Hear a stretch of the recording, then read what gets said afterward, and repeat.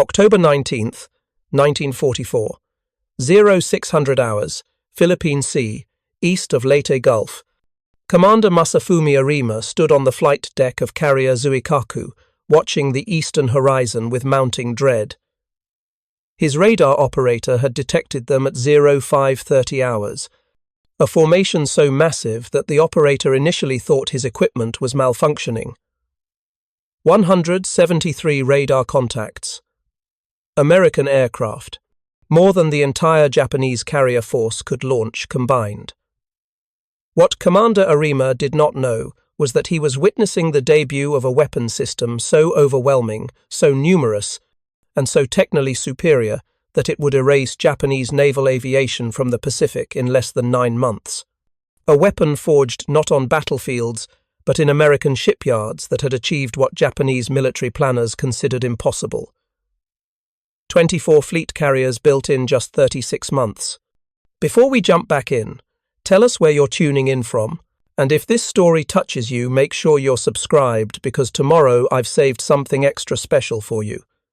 The Essex class carriers, each displacing 27,000 tons, each carrying 90 to 100 aircraft, each capable of sustained operations for months without returning to port, and there were 24 of them, with more launching every 8 weeks.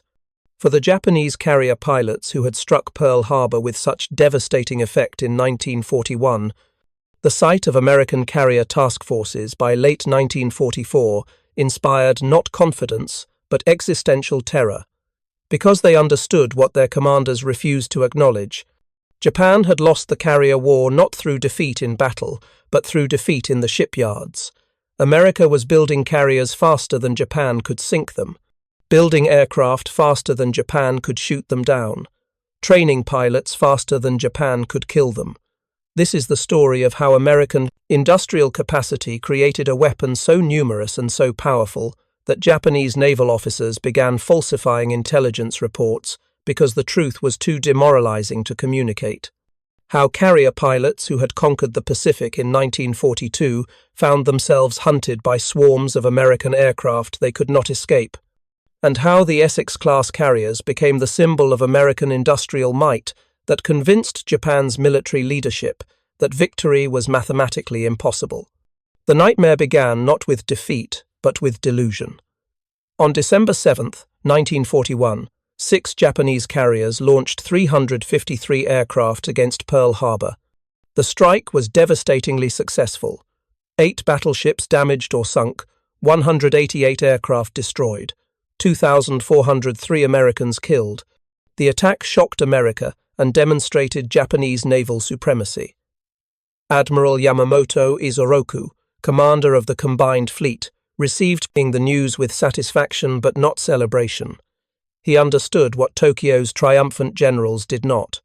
American industrial capacity dwarfed Japan's. The attack had bought time, perhaps 18 months, before American production overwhelmed Japanese forces.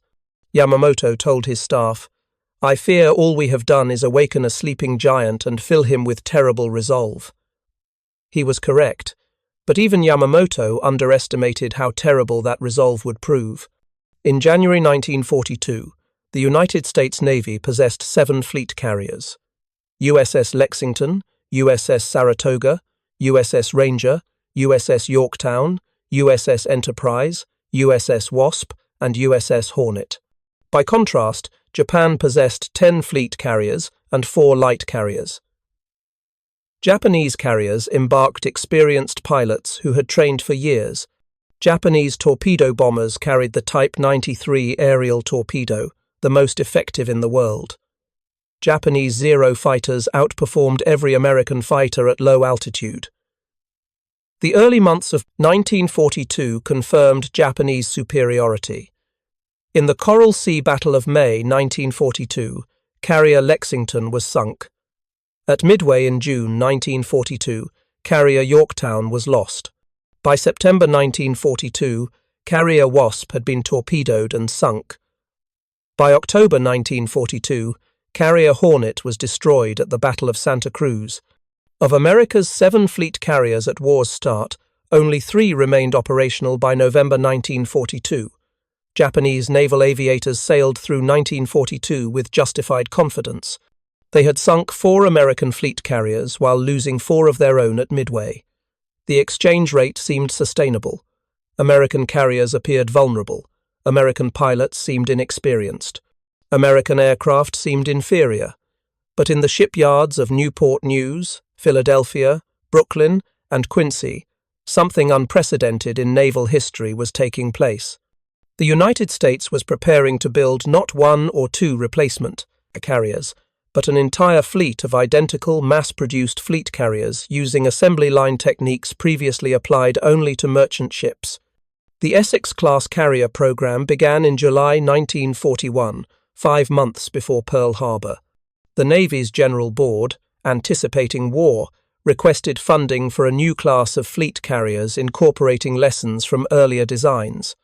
Congress authorized 11 carriers in 1941.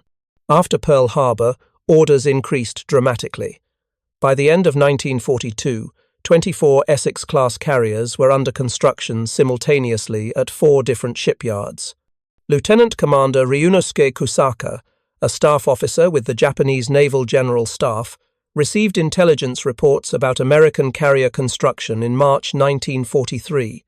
His analysis, later captured by American forces, reveals how Japanese planners dismissed the threat.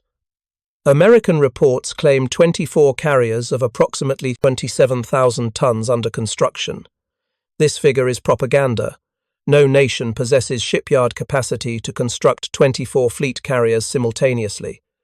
Even if partially true, American inexperience with carrier operations means new vessels will be poorly designed and inefficiently operated. Our veteran carrier force will destroy these ships as rapidly as they enter service. American industrial capacity, while large, cannot overcome our tactical and technical superiority. Lieutenant Commander Kusaka was wrong on every point. USS Essex, lead ship of the class, commissioned on December 31, 1942, exactly 1 year after keel laying. This construction speed was revolutionary. Previous American carriers required 2 to 3 years from keel to commissioning. Essex took 12 months. And the pace accelerated. USS Yorktown commissioned April 15, 1943. USS Intrepid commissioned August 16, 1943. USS Hornet commissioned November 29, 1943. USS Lexington commissioned February 17, 1944. USS Bunker Hill, USS Wasp, USS Hancock, USS Bennington, USS Boxer entered service throughout 1943 and 1944. Each required approximately 12 to 18 months from keel laying to commissioning. By November 1944, 17 Essex-class carriers were operational. 7 more were completing sea trials or fitting out. Every 8 weeks, another Essex-class carrier joined the fleet. Japanese intelligence officers tracking this construction initially reported the numbers as errors. When confirmed, they simply stopped, including the information in intelligence summaries, because admirals refused to believe it. Captain Tamechi Hara, destroyer commander and one of Japan's most perceptive naval officers, wrote in his private journal in June 1944, "American carrier construction exceeds every estimate. Our intelligence claimed Americans could not possibly build more than 6 or 7 fleet carriers during the war. They have already commissioned 12, with more launching monthly. Each carrier embarks 90 aircraft. If 20 American carriers operate simultaneously, they will control 2,000 aircraft. Our entire carrier force embarks fewer than 400 aircraft total. The mathematics of this situation are unsustainable." The mathematics were indeed unsustainable, but not for the reasons Captain Hara understood. American carrier construction was only part of the equation. Aircraft production was the other half, and it was even more overwhelming. In 1944, American factories produced 96,318 military aircraft. Japanese factories produced 28,180 aircraft. American aircraft production exceeded Japanese production by a ratio of 3.4 to 1. Moreover, American aircraft were improving dramatically, while Japanese designs stagnated. The Grumman F-6F Hellcat fighter entered service in January 1943. It was specifically designed to counter the Japanese Zero. The Hellcat was faster than the Zero above 10,000 feet. It was more heavily armored. It could dive faster. Most importantly, it was produced in enormous numbers. From 1943 to 1945, Grumman built 12,275 Hellcats. By comparison, Japan built 10,430 Zeros during the entire war. The Curtiss SB-2C Helldiver dive bomber entered service in late 1943. While plagued with early mechanical problems, it carried twice the bomb load of its predecessor and had significantly longer range. The Grumman TBF Avenger torpedo bomber, operational since mid-1942, was reliable, tough, and effective. Combined with Essex-class carriers, these aircraft created a weapons system that Japanese forces could not counter. Each Essex-class carrier typically embarked 36 Hellcat fighters, 36 Helldiver dive bombers, and 18 Avenger torpedo bombers. A single carrier air group of 90 aircraft possessed more striking power than most Japanese land-based air groups, and there were 17 of them operating by October 1944, with 7 more joining the fleet by June 1945. The scale of this force becomes comprehensible only through specific battles. The raid on Truk Atoll in February 1944 demonstrated what Essex-class carriers could accomplish. Truk served as Japan's primary forward naval base in the Central Pacific. Called the Gibraltar of the Pacific, Truk's lagoon sheltered cruisers, destroyers, submarines, and hundreds of merchant ships. Over 300 Japanese aircraft defended the base from 3 airfields. On February 17, 1944, Task Force 58 approached Truk. The task force consisted of 5 Essex-class carriers, 4 light carriers, 6 battleships, 10 cruisers, and 28 destroyers. The Essex-class carriers were USS Enterprise, USS Yorktown, USS Intrepid, USS Essex, and USS Bunker Hill. At 0600 hours, the first strike launched. 72 Hellcat fighters swept over Truk's airfields, destroying Japanese aircraft on the ground. Over the following 2 days, Task Force 58 flew 1,250 sorties, dropping over 400 tons of bombs and firing hundreds of torpedoes. Japanese defenses were overwhelmed. American fighters destroyed 270 Japanese aircraft in aerial combat and on the ground.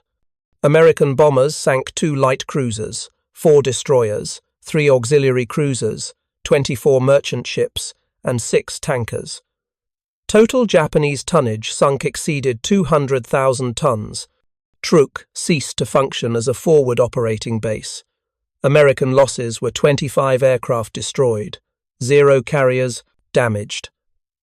Aboard destroyer Maikaze, sheltering in Truk Lagoon during the attack, Lieutenant Toshio Hashimoto recorded his observations in a diary, later recovered by American forces. The American carriers appeared on radar at dawn, approximately 120 miles distant. Our air commander launched fighters to intercept. Within minutes, radio transmissions from our fighters ceased. Then American aircraft appeared overhead in numbers I cannot accurately describe. Hundreds, perhaps 500. They were everywhere. Our anti-aircraft guns fired continuously, but the Americans flew in formations that overwhelmed our defenses. They attacked in waves. Fighters first, machine-gunning airfields and destroying our aircraft before they could launch. Then dive bombers, striking ships with terrifying accuracy. Then torpedo bombers, finishing damaged vessels. This pattern repeated for 2 days. We could not stop them. We could only hide and hope to survive. By the second day, Truk Harbor was littered with burning and sinking ships. Oil covered the water. Bodies floated everywhere. The Americans controlled the sky completely. Our vaunted fortress base was destroyed in 48 hours. I have seen the future of this war, and it is one of overwhelming American material superiority we cannot match. Telling and preparing this story took us a lot of time, so if you are enjoying it, subscribe to our channel. It means a lot to us. Now back to the story. Lieutenant Hashimoto's diary entry captured the psychological impact that Essex-class carriers were having on Japanese personnel. It was not simply that Americans were winning. It was that they were winning with such overwhelming force that resistance seemed futile. Japanese forces could damage individual American carriers, but the Americans simply brought more carriers forward.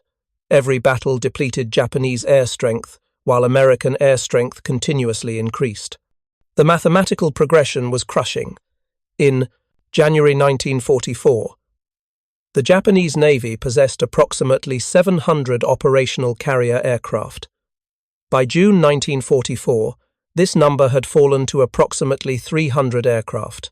By October 1944, fewer than 100 carrier-qualified pilots remained. Meanwhile, American carrier air groups had expanded from approximately 800 aircraft in January 1944 to over 1,400 aircraft by October 1944. Moreover, American pilot training produced replacement pilots far faster than Japan could train theirs. American pilot training took approximately 18 months and included over 300 hours of flight time before operational deployment. Japanese pilot training, compressed due to fuel shortages and instructor losses, provided as little as 100 hours of flight time. By mid-1944, Japanese pilots were being sent to combat with minimal training, inadequate gunnery skills, and no experience in formation flying. The result was slaughter. The Battle of the Philippine Sea in June 1944 demonstrated the overwhelming superiority Essex-class carriers had established. American Task Force 58, commanded by Admiral Mark Mitcher, consisted of 7 Essex-class carriers and 8 light carriers embarking over 900 aircraft. Japanese Mobile Fleet, commanded by Admiral Jisaburo Ozawa, consisted of 5 fleet carriers and 4 light carriers, embarking approximately 473 aircraft. On June 19, 1944, at 0800 hours, Japanese scout aircraft located the American task force. Admiral Ozawa ordered immediate attack. His plan assumed Japanese aircraft, launching from longer range, would strike American carriers before American aircraft could counterattack. The plan failed completely. American radar detected the first Japanese attack wave at over 150 miles. Task Force 58 launched Hellcat fighters to intercept. The Hellcats, guided by radar-equipped fighter directors aboard the carriers, positioned themselves perfectly to intercept the Japanese formations. The resulting engagement became known as the Great Marianas Turkey Shoot. Over 9 hours, Japanese carrier aircraft launched 4 major attack waves totaling 375 aircraft.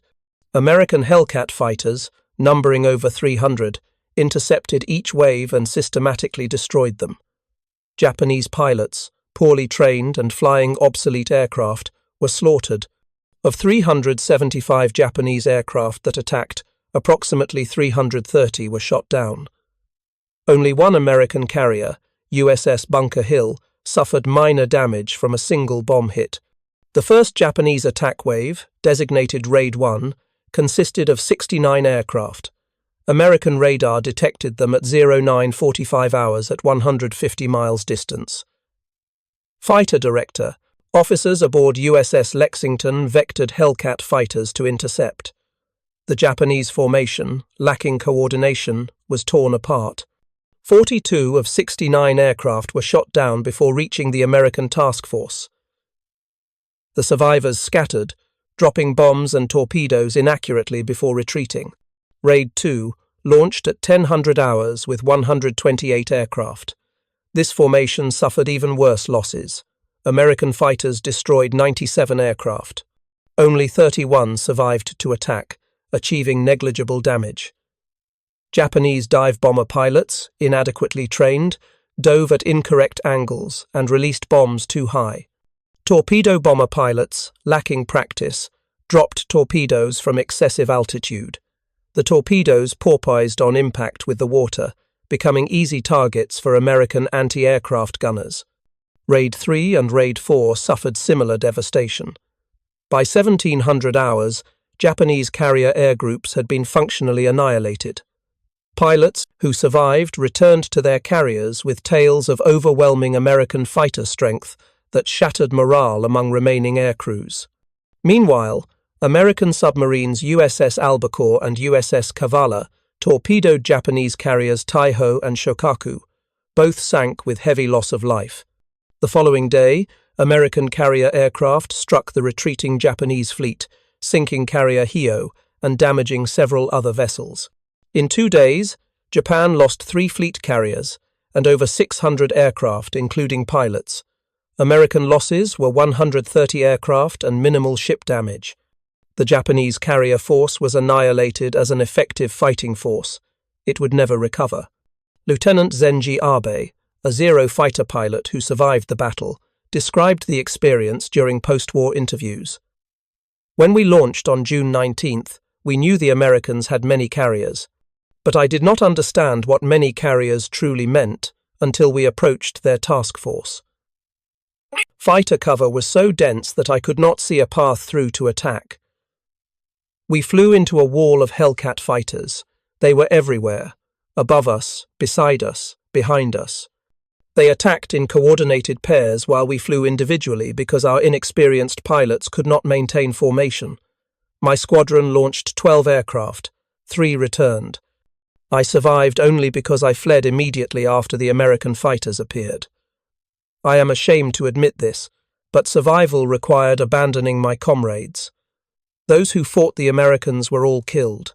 The Americans flew faster aircraft, had better tactics, and most importantly, they were far better trained. Our new pilots had perhaps 100 hours of flight time. American pilots had 3 or 4 times that experience before entering combat. We were children sent to fight professional warriors. It was murder, not battle. After the Philippine Sea battle, Japan possessed fewer than 100 operational carrier aircraft and perhaps 30 experienced carrier pilots. The American fleet possessed over 1,200 carrier aircraft and thousands of experienced pilots, with hundreds more in training. The Essex-class carriers had achieved total air superiority over the Pacific. Japanese surface forces, lacking air cover, could no longer operate safely in daylight. Japanese supply convoys required night operations to avoid carrier airstrikes. Japanese island garrisons could expect no resupply or reinforcement because American carriers patrolled the approaches. By October 1944, 17 Essex-class carriers were operational. Japan's response to this overwhelming force was desperation.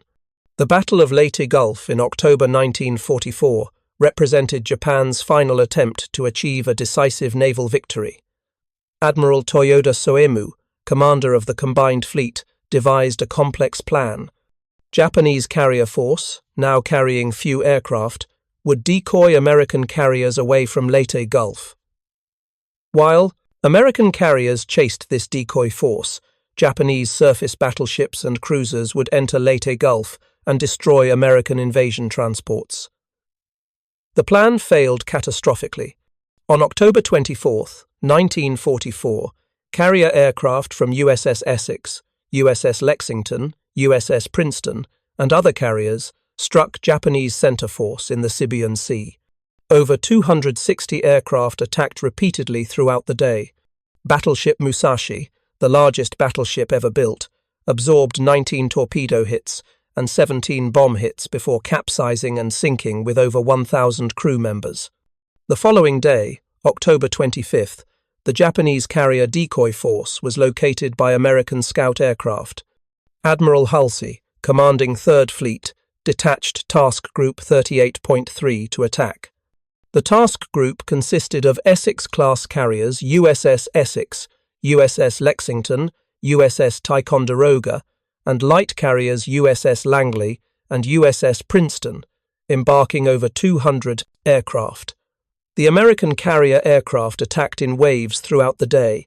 Japanese carriers Zuikaku, Zuiho, Chitose, and Chiyoda were all sunk, The Japanese carriers, carrying only 116 aircraft total, could offer minimal resistance.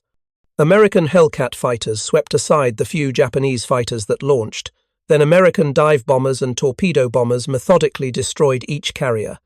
Lieutenant Toshio Otani, serving aboard carrier Zuikaku during her final hours, survived the sinking and provided testimony during post-war interrogations. When American carrier aircraft appeared, we knew death was approaching. We had only 16 aircraft operational aboard Zuikaku that morning. Most had been sent on the decoy mission hours earlier and would never return. The few remaining fighters launched to defend the ship, but they were overwhelmed within minutes. Then the American bombers arrived. They came in perfect formations, attacking from multiple directions, simultaneously. Our anti-aircraft fire seemed ineffective. The Americans had so many aircraft that even when we shot one down, 3 more continued the attack. The first bomb struck near the forward elevator, destroying it and igniting fires. More bombs followed. Then torpedoes hit below the waterline. Zuikaku began listing. Captain ordered abandon ship at approximately 1300 hours. I jumped into the water and swam away. When I looked back, Zuikaku was rolling over, her flight deck disappearing beneath the waves. She sank at approximately 1400 hours. Over 800 men went down with her. The Americans did not lose a single carrier in this action. We lost 4 carriers in one afternoon. The disparity was complete. We had become prey, not predators. The Americans hunted us with impunity. Their carriers were too numerous, their aircraft too many, their pilots too skilled for us to counter. The Battle of Leyte Gulf marked the effective end of Japanese naval aviation. The remaining Japanese carriers, lacking aircraft and pilots, remained in port for the rest of the war. Several were converted to transport duties, carrying fuel or supplies because they served no purpose as carriers. American Essex-class carriers, by contrast, continued operating at increasing tempo throughout the final 9 months of the war. Beginning in February 1945, Essex-class carriers began directly attacking the Japanese home islands. Task Force 58, now redesignated Task Force 38, approached Japan in February 1945 with 11 Essex-class carriers and 5 light carriers. On February 16, 1945, at 0600 hours, the largest carrier airstrike to date launched. Over 1,200 aircraft struck airfields around Tokyo, destroying over 340 Japanese aircraft on the ground and in the air. The psychological impact on Japanese civilians was profound. For the first time, enemy aircraft had struck Tokyo in force. The myth of Japanese invulnerability, carefully cultivated by militarists, collapsed.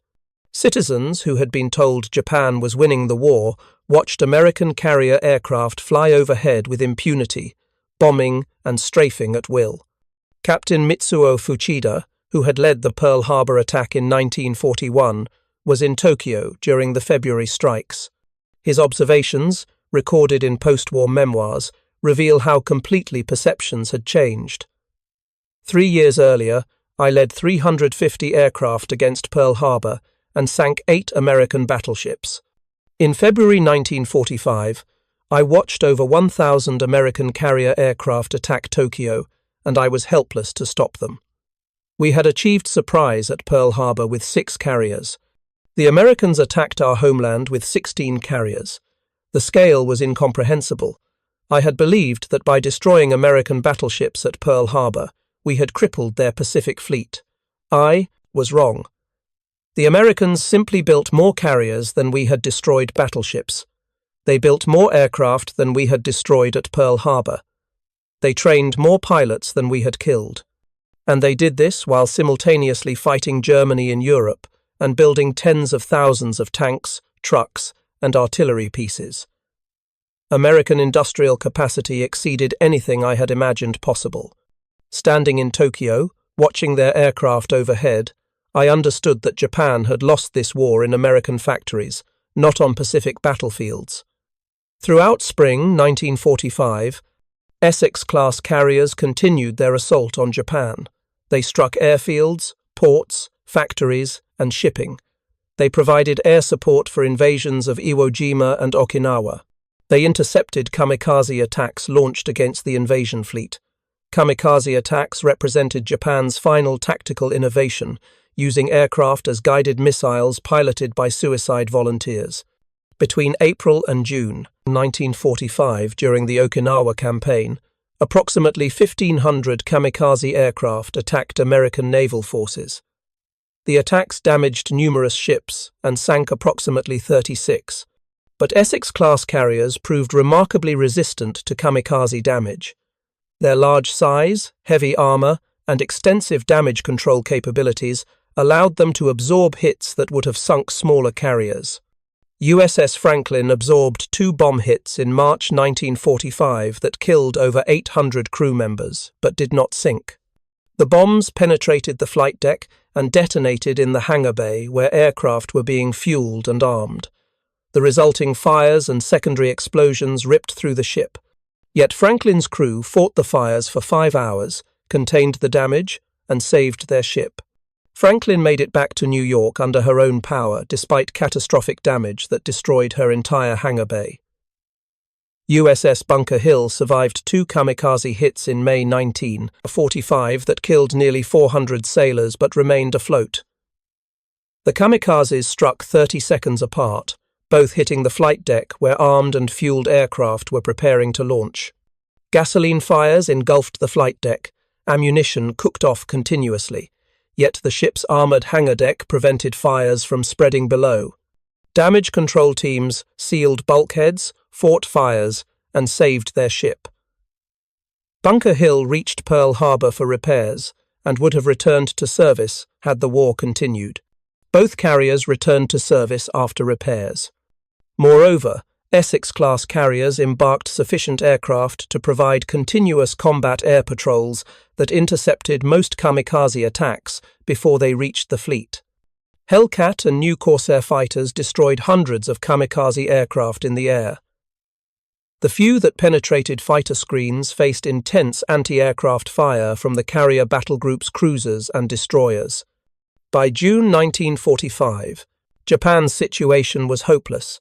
Essex-class carriers controlled the seas completely. Japanese shipping had ceased. Food and raw materials could not reach the home islands. Oil reserves were exhausted. Aircraft production had collapsed due to bombing and material shortages. What remained of Japanese naval aviation consisted of kamikaze units with barely trained pilots flying obsolete aircraft against overwhelming American air superiority. In July 1945, Task Force 38, containing 12 Essex-class carriers and 5 light carriers, launched sustained attacks against the Japanese home islands. Over 10,000 sorties destroyed remaining Japanese aircraft, shipping, and military installations. The attacks continued until August 15, 1945, when Japan announced surrender.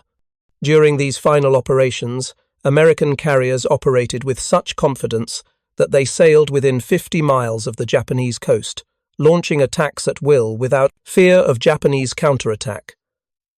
The Imperial Japanese Navy, which had dominated the Pacific in 1942, no longer existed as a fighting force. The final accounting of Essex-class carrier effectiveness reveals numbers that changed naval warfare forever. 24 Essex-class carriers completed, 17 operational before war's end. 7 more completed but commissioned too late for combat. These 24 carriers served continuously from 1943 to 1945 without a single ship sunk by enemy action, despite intensive operations in combat zones.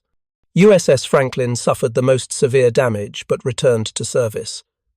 USS Bunker Hill, USS Intrepid, USS Hancock, USS Ticonderoga all suffered kamikaze hits but remained operational. Not one Essex-class carrier was lost. By comparison, Japan lost all 25 fleet and light carriers it possessed during the war. Most were sunk by American submarines or aircraft. The remainder were destroyed in port, by bombing or scuttled at war's end. Japan's carrier force was annihilated while America's carrier force expanded continuously. American carrier aircraft during the war flew approximately 1.3 million sorties from Essex-class carriers alone. These sorties destroyed over 11,000 Japanese aircraft in the air and on the ground. They sank or damaged hundreds of Japanese warships. They destroyed thousands of merchant vessels, transports, and small craft. They leveled airfields, factories, and ports throughout the Pacific. The strategic impact extended beyond simple military victories. Essex-class carriers enabled American offensive operations throughout the Pacific by providing air superiority, reconnaissance, and close air support for amphibious invasions. Without Essex-class carriers, MacArthur's advance through New Guinea and the Philippines would have been impossible. Without Essex-class carriers, Nimitz's drive through the Central Pacific would have stalled. Moreover, the existence of so many Essex-class carriers forced Japanese strategic planning into increasingly desperate positions. Every Japanese defensive plan assumed limited American carrier strength. When faced with 16 American carriers operating simultaneously, Japanese plans collapsed. The Battle of the Philippine Sea planning documents, captured after the war, reveal that Japanese planners assumed 6 American carriers would participate. Instead, 15 carriers attacked. Japanese aircraft were outnumbered 3-1, which made the Great Marianas Turkey Shoot inevitable.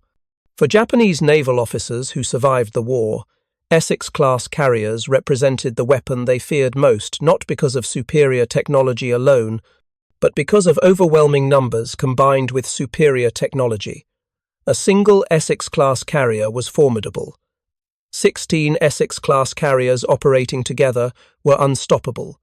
Captain Tameichi Hara wrote in 1951, 6 years after war's end. American Essex carriers destroyed the Imperial Japanese Navy through industrial capacity we could never match. In 1942, we possessed 6 fleet carriers. By 1945, all were sunk. America possessed 7 fleet carriers in 1942.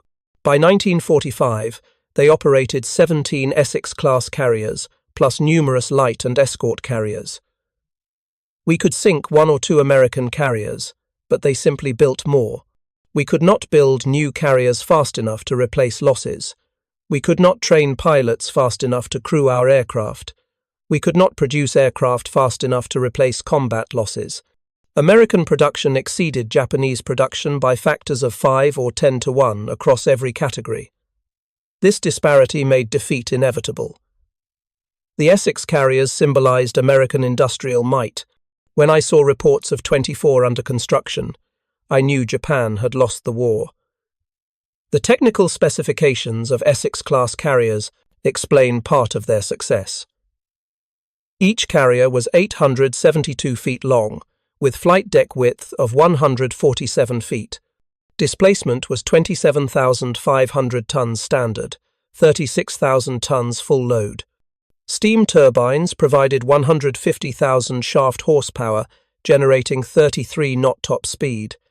Range exceeded 15,000 nautical miles at 15 knots, allowing extended operations far from base. But specifications alone do not explain why 24 were built in 36 months. The construction methodology was revolutionary. Essex-class carriers employed modular construction techniques. Major hull sections were prefabricated separately, then assembled on the slipway. This allowed multiple sections to be built simultaneously by different work crews. Engine rooms, living quarters, flight deck components were manufactured as complete units, then lifted into place by cranes. This approach dramatically reduced construction time compared to traditional methods where each component was built in place. The flight deck, measuring 872 feet by 107 feet, was assembled from prefabricated steel sections weighing up to 40 tons each. These sections were manufactured in fabrication shops away from the slipway, allowing weather-independent production. Specialized teams welded the sections together, creating the continuous deck surface necessary for aircraft operations. Catapults, arresting gear, and aircraft elevators were installed as complete assemblies, further accelerating construction. The island superstructure, which housed the bridge, flight control, and radar equipment, was built as a single unit weighing approximately 250 tons. This massive assembly was lifted by heavy cranes and welded to the flight deck in a single operation lasting approximately 8 hours. Traditional construction methods would have required weeks to build the island in place. Below decks, compartmentalization followed standardized layouts. Crew quarters, mess facilities, ammunition magazines, fuel tanks, workshops, and machinery spaces were identical across all Essex-class carriers. This standardization meant maintenance procedures, damage control protocols, and crew training were transferable between ships. A sailor trained on USS Essex could serve effectively aboard USS Lexington without retraining, because every system was identical. Additionally, the Essex design was frozen after the first few ships. Unlike Japanese carriers, where each ship incorporated experimental improvements that slowed construction, Essex-class carriers were identical. Shipyard workers became extremely efficient, building the same design repeatedly. Templates, jigs, and specialized tools were perfected over multiple hulls. This standardization accelerated production while ensuring consistency. Workforce expansion was equally important. Newport News Shipbuilding employed approximately 11,000 workers in 1940. By 1943, employment exceeded 30,000. Women comprised significant portions of the workforce as men entered military service. Training programs taught welding, riveting, and other specialized skills. Productivity increased continuously as workers gained experience. Rosie the Riveter became the symbol of female war workers, but the reality was more impressive than the propaganda. Women welders at Newport News matched male productivity within 3 months of training. Female crane operators, initially questioned by skeptical foremen, proved equally capable as their male predecessors. By 1944, approximately 40% of shipyard workers were women, a transformation that would have been unthinkable before the war. The result was a construction tempo unprecedented in naval history. A modern nuclear-powered aircraft carrier requires approximately 5 years from keel laying to commissioning. Essex-class carriers required 12 to 18 months. This fourfold improvement in construction speed, combined with multiple yards building simultaneously, created the flood of carriers that overwhelmed Japanese naval forces. For the 25,000 American sailors who served aboard Essex-class carriers during World War II, the experience was one of pride in serving aboard the most powerful warships afloat. Unlike submarine crews who fought invisibly, carrier crews witnessed their aircraft launching and recovering continuously. They saw the strikes going out and returning. They knew they were winning. Aviation Machinist's mate second class Robert Thompson, who served aboard USS Essex from 1943 to 1945, recalled the experience during veterans' interviews in 1995. "We knew we were part of something special. Our carrier was the first of the class, and we took pride in that." During operations, the flight deck was organized. Chaos. Aircraft launching every minute. Aircraft landing every minute. Aircraft being refueled and rearmed. Aircraft being repaired. Controlled crashes. We called landings. But the system worked. We could launch and recover over 100 aircraft in under 2 hours. The Japanese couldn't match that tempo. We operated continuously for weeks, launching strikes daily, sometimes multiple strikes per day. The flight deck crews worked 16-hour shifts during combat operations. We were exhausted, but we knew every sortie we launched was one more strike against the Japanese. By 1945, we felt invincible. We sailed within sight of Japan, launched attacks, and the Japanese couldn't touch us.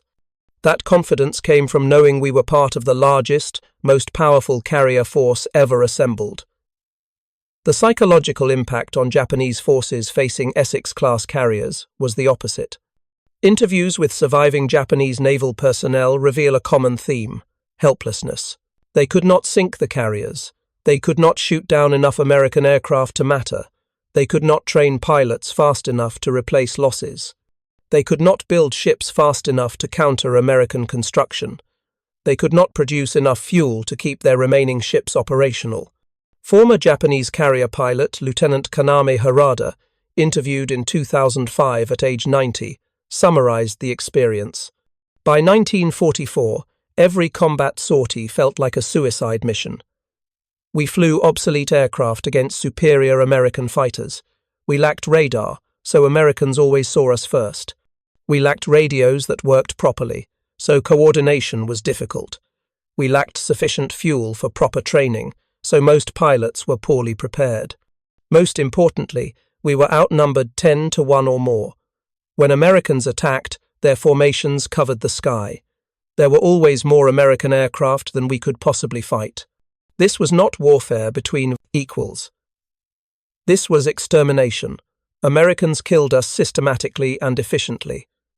By war's end, virtually every skilled Japanese carrier pilot was dead.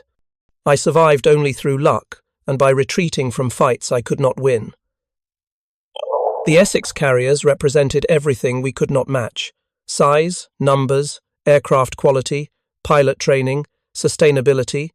We fought bravely, but bravery cannot overcome a 10 to 1 disadvantage in resources.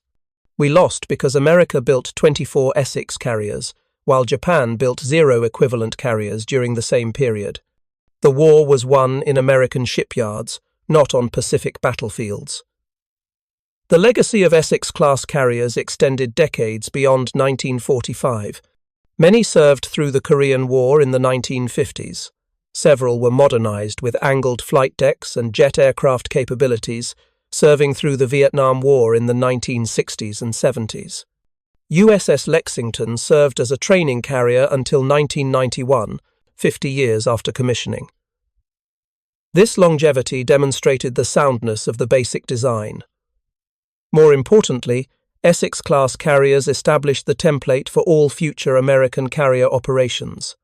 The lessons learned about damage control, aircraft operations, task force composition, and carrier-based aviation shaped American naval doctrine for 75 years.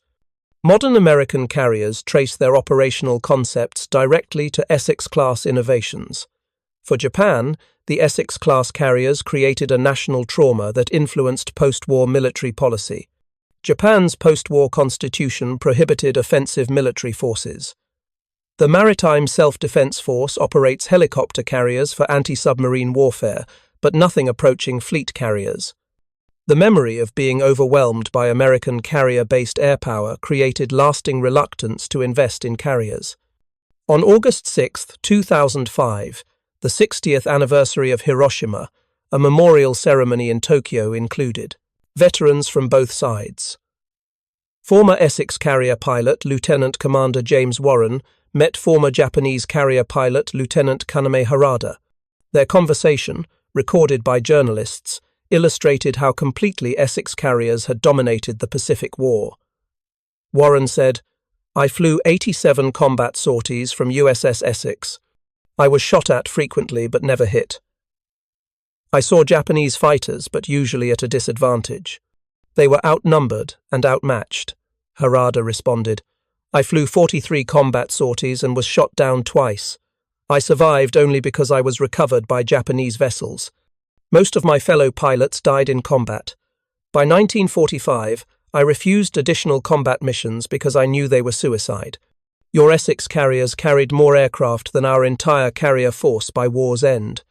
There was no tactical solution to that numerical disadvantage. We lost because you built faster than we could destroy."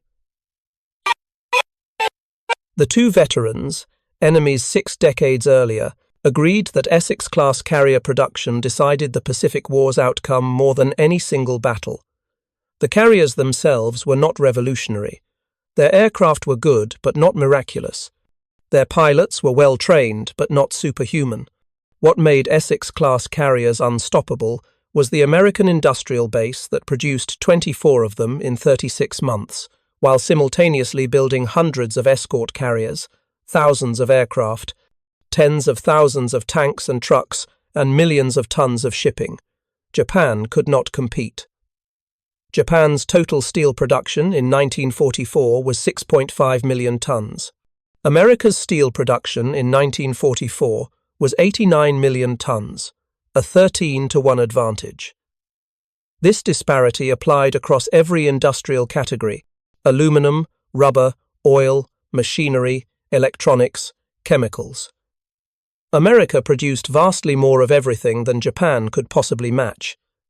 Essex-class carriers symbolized American industrial supremacy in a form Japanese military forces encountered repeatedly in combat. Every time Japanese aircraft attacked an American carrier task force, they faced aircraft launched from carriers built in numbers they could not comprehend by an economy they could not defeat. The final Essex-class carrier, USS Lake Champlain, commissioned in June 1945, weeks before Japanese surrender. She arrived too late for combat operations, but her very existence demonstrated that American carrier construction continued unabated even as Japan's naval forces disintegrated. Had the war continued into 1946, additional Essex-class carriers were scheduled for completion. American planning documents from mid-1945 discussed expanding carrier strength to 30 Essex-class carriers plus supporting light and escort carriers. Japan had no answer to this industrial tsunami. Japanese shipyards managed to complete exactly 3 carriers from 1943 to 1945. Carrier Taiho, completed in March 1944, was sunk by submarine 3 months later. Carrier Unryu, completed in August 1944, was sunk by submarine 4 months later. Carrier Shinano, converted from a Yamato-class battleship hull, was sunk by submarine 10 days after commissioning. Every Japanese carrier completed during the war's final 2 years was destroyed within months. Meanwhile, 17 Essex-class carriers operated continuously without loss. The asymmetry was total. 24 Essex-class carriers built in 36 months represented the most successful warship construction program in naval history. No other nation has built so many large, capable warships so quickly. The program demonstrated American industrial capacity at its peak and provided the tools that won the Pacific War. For Japanese forces who faced these carriers, the experience was one of mounting terror as the hopelessness of their situation became undeniable. Every battle saw more American carriers, more American aircraft, more overwhelming force. Japanese pilots, sailors, and commanders understood they were being systematically destroyed by an enemy whose resources were functionally infinite compared to Japan's dwindling strength. The Japanese feared American Essex carriers more than any other weapon because these carriers represented not just tactical superiority but strategic inevitability.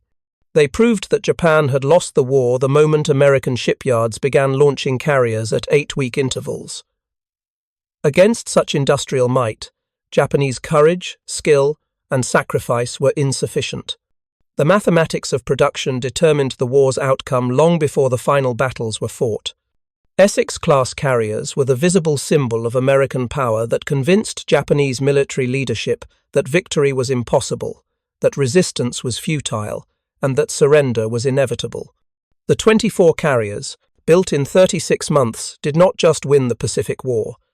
They made Japan's defeat not merely likely, but mathematically certain. And every Japanese officer who watched American carrier task forces dominate the Pacific understood this terrible truth. They feared the Essex carriers because they represented the end of Japanese naval power, the death of Japanese Pacific dominance, and the certainty of American victory. Against 24 Essex carriers, Japan had no answer. They could only fight, die, and ultimately surrender to the overwhelming force that American industry had forged in shipyards thousands of miles from any battlefield. Up next, we have 2 more incredible stories that are waiting for you. Just click the image you want to watch and it will take you there. If you enjoyed this video, make sure to subscribe. It would mean a lot.